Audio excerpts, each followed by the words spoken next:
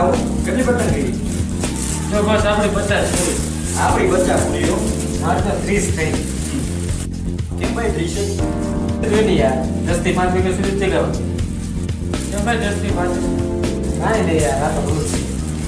તું ભાઈ આની યાર મગજમારી કરવા ને. જલ્દી કરો ને યાર, સવારે વહેલું ઉઠવાનું. હા યાર.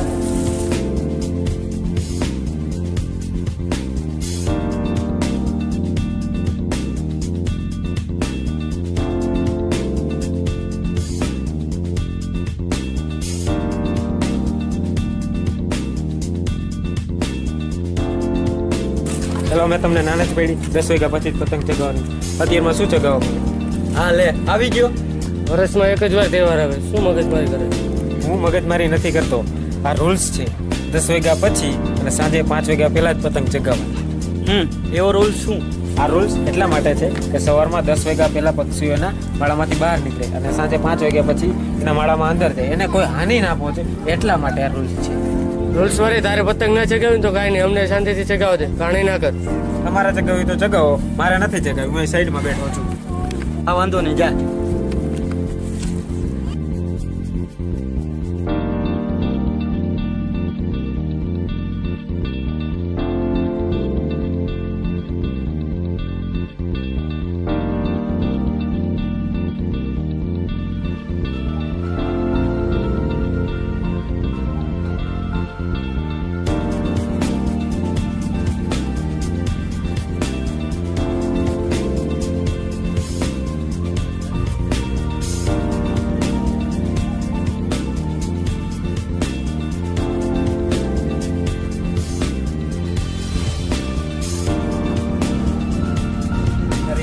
તમારી ઘડીકવારની મજામાં બીજાના ચીમની પરવા નથી કરતા. અરે યાર વર્ષમાં એકવાર તહેવાર આવતો હોય, અમારે નહીં ઉજવવાનું. આ તો તમે તમારો તહેવાર ઉજવો. જાઓ.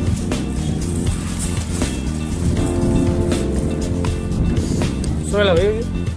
એ ભલે ને ગયો ભાઈ.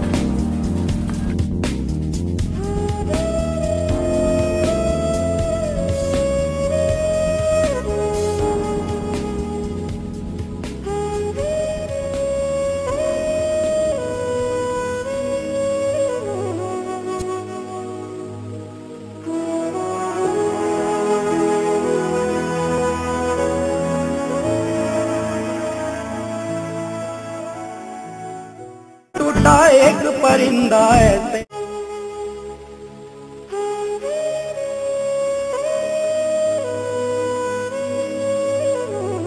હે ભગવાન, આ બિચારા બેજુબાન પક્ષી કોઈનું શું બગાડી છે તેની આવી હાલત.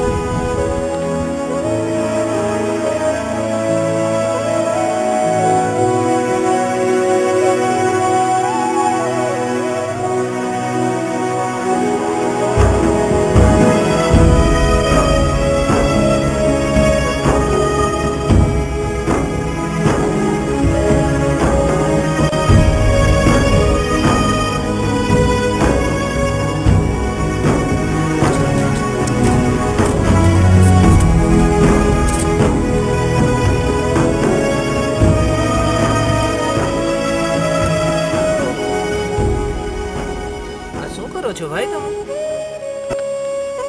જોવો ને ભાઈ, આ બેજુબાન પક્ષી આપણી પતંગ ચગાવવાની મજામાં શિકાર થઈ ગયો.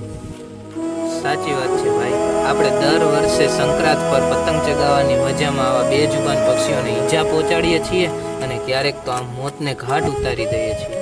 હા ભાઈ, કોઈ વ્યક્તિ સમજતી જ નથી. આપણે દર વર્ષે સવારના 10 વાગ્યા પછી અને સાંજે 5 વાગ્યા પહેલા પતંગ ચગાવવાનું બંધ કરી દીધું. હા ભાઈ, તમારી વાત 100% સાચી છે. કોઈ વ્યક્તિ સમજતો જ નથી કે આ બેજુબાન પક્ષીઓનું પણ એક પરિવાર હોય છે. આ બેજુબાન પક્ષીઓને પરિવારના લોકો પણ એમના ઘરે એમની રાહ જોતા હોય છે. આ વાત કોઈ સમજતું જ નથી.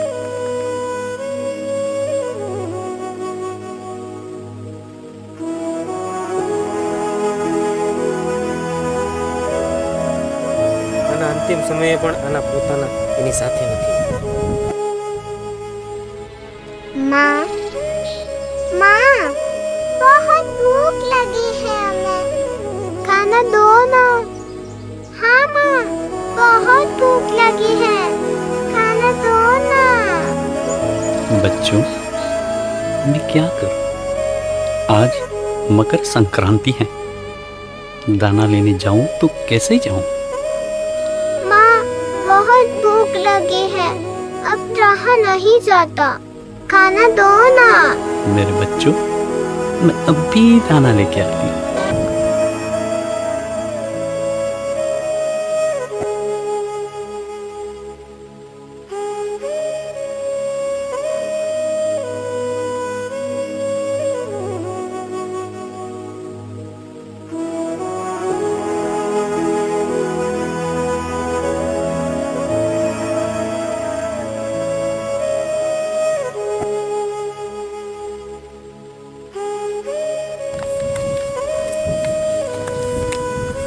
આપણે આપણી પતંગ ચગાવવાની મજામાં આ બેજુબાન પક્ષીઓને ખૂબ જ મોટી સજા આપી દઈએ છીએ, પણ આ વાત કોઈ સમજતું જ નથી. સમજાવીને કેટલાકને સમજાવશું? 1 ને 2 ને 4 ને. આ પણ સમજશે કોણ?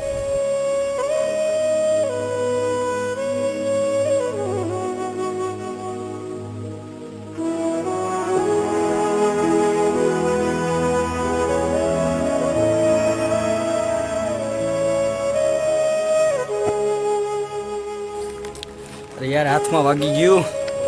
મને યાર પગમાં લાગી ગયા. અરે યાર આપણને આટલું વાગ્યું તો કેવું થાય છે? પક્ષીને શું થતું હોય છે? એ તો પતંગના દોરા ઓછારા હોય છે. હા યાર, ચાલ આપણે વિચાર કરીએ. એ ક્યાં છે? બસ એ ક્યાં હશે? ચાલ આપણે ત્યાં જઈએ.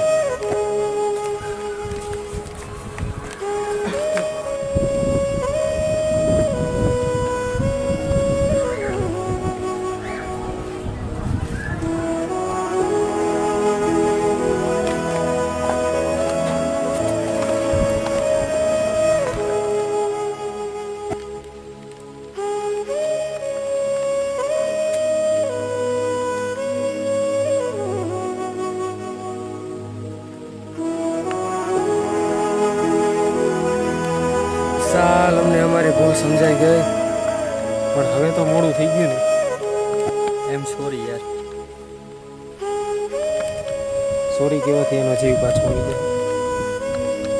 હવે આપણે શપથ લઈએ છીએ 10 વાગ્યા પછી અને 5 વાગ્યા પહેલા જ પતંગ ચગાવીએ છીએ. એ બરાબર.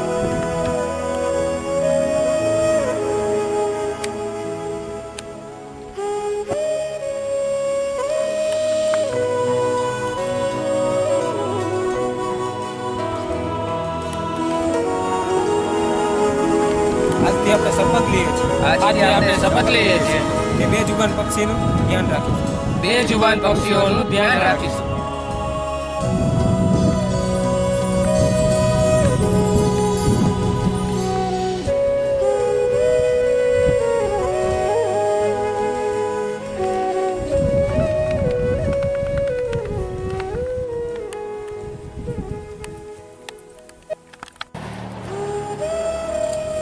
જો દોસ્તો, જોયો ને વિડીયો?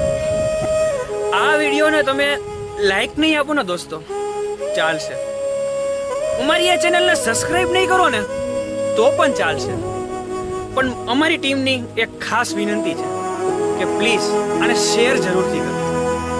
કારણ કે 100 માણસો પણ જો આ વિડીયો જોશે, એમાંથી 5 માણસોના મગજમાં પણ જો એક વાત આવશે ને કે પક્ષીઓનો જીવ બચે છે આ વસ્તુ પરથી, તો અમારા માટે બહુ મોટી વાત છે. તો પ્લીઝ યાર શેર જરૂરથી કરજો. અમારી એક નમ્ર વિનંતી છે કે આ વિડીયોને બને એટલી વધારેમાં વધારે શેર કરજો. તમારા એક પણ મિત્ર સર્કલમાંથી આ વિડીયો જોયા વગરનું ન રહેવું જોઈએ. પ્લીઝ, એક નમ્ર વિનંતી છે અમારી. અને અમે એમ નથી કહેતા કે તમે અમારું લિંક જ શેર કરો. તમે ગમે તે રીતે શેર કરી શકો છો. અમારા તરફથી કોઈ પણ પ્રકારની સ્ટ્રાઇક તમને નહીં આપવામાં આવે. નેક્સ્ટ વિડીયોમાં જલ્દી જ મળશું. ત્યાં સુધી સ્ટુડિયો માય ચેનલ ટીમના નમસ્કાર. નમસ્કાર. નમસ્કાર.